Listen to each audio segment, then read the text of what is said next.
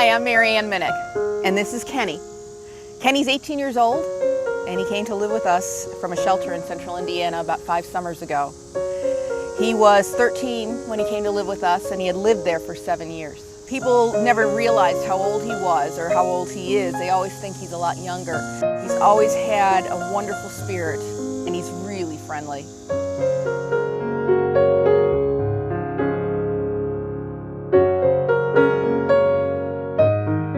Kenny's about 45 pounds.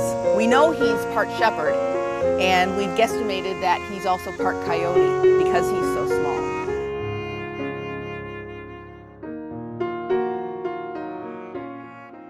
We're here today talking about Kenny because we wanted to give you an idea of what's going on with him. About a year ago, he was diagnosed with a disease called degenerative myelopathy. Degenerative myelopathy basically destroys the spinal column, and it starts in the hind end. Basically, what happens is within the spinal column, there are the nerves, and around the nerves, or axons, are the myelin. And this disease destroys the myelin that protects the nerves and ultimately the nerves. The final determination for degenerative myelopathy is a DNA test. And once they're diagnosed, typically people have a tendency to put them down about 3 to 6 months after the diagnosis. It's one of those things that you really have to see how your dog is doing. It's all quality of life. If you can maintain and the dog can maintain, then keep going. Kenny's been dealing with degenerative myelopathy for over a year now. So we're really happy. We're really proud of the fact that he's doing so well. Part of that is not only the exercise that we try to give him, but we're very careful about the nutrition that he gets. Almost a year after he was originally diagnosed, he really started having trouble walking. His back legs started to scrape the ground, and he would get very wobbly, and his back legs would start to cross.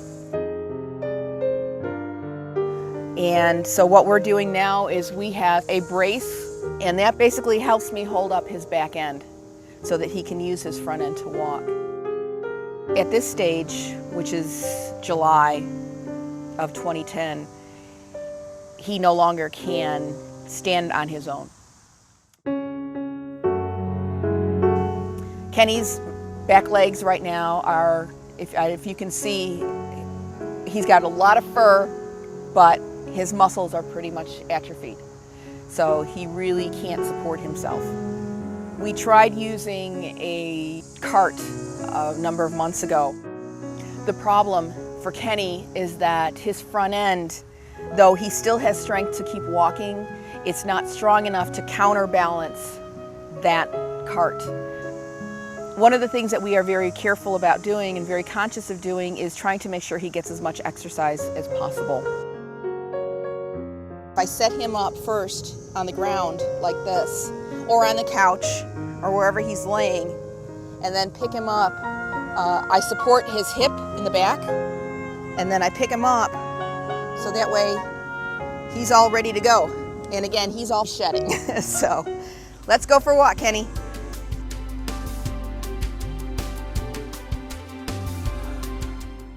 Even though Kenny is technically incontinent, he still lets us know when he has to go potty. So in the house, we keep a belly band on him because he does have accidents. But we get him outside as much as possible and walk him around as much as possible to help maintain the musculature, the muscle structure. I jokingly say that I'm invested in piddle pads, in stock for piddle pads, because we try to keep those with him at all times.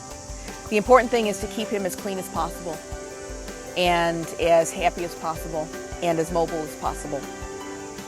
So that's what we do. Kenny's not ready to leave this world yet. And when he does, he'll know that we did the best that we could for him, and will know that.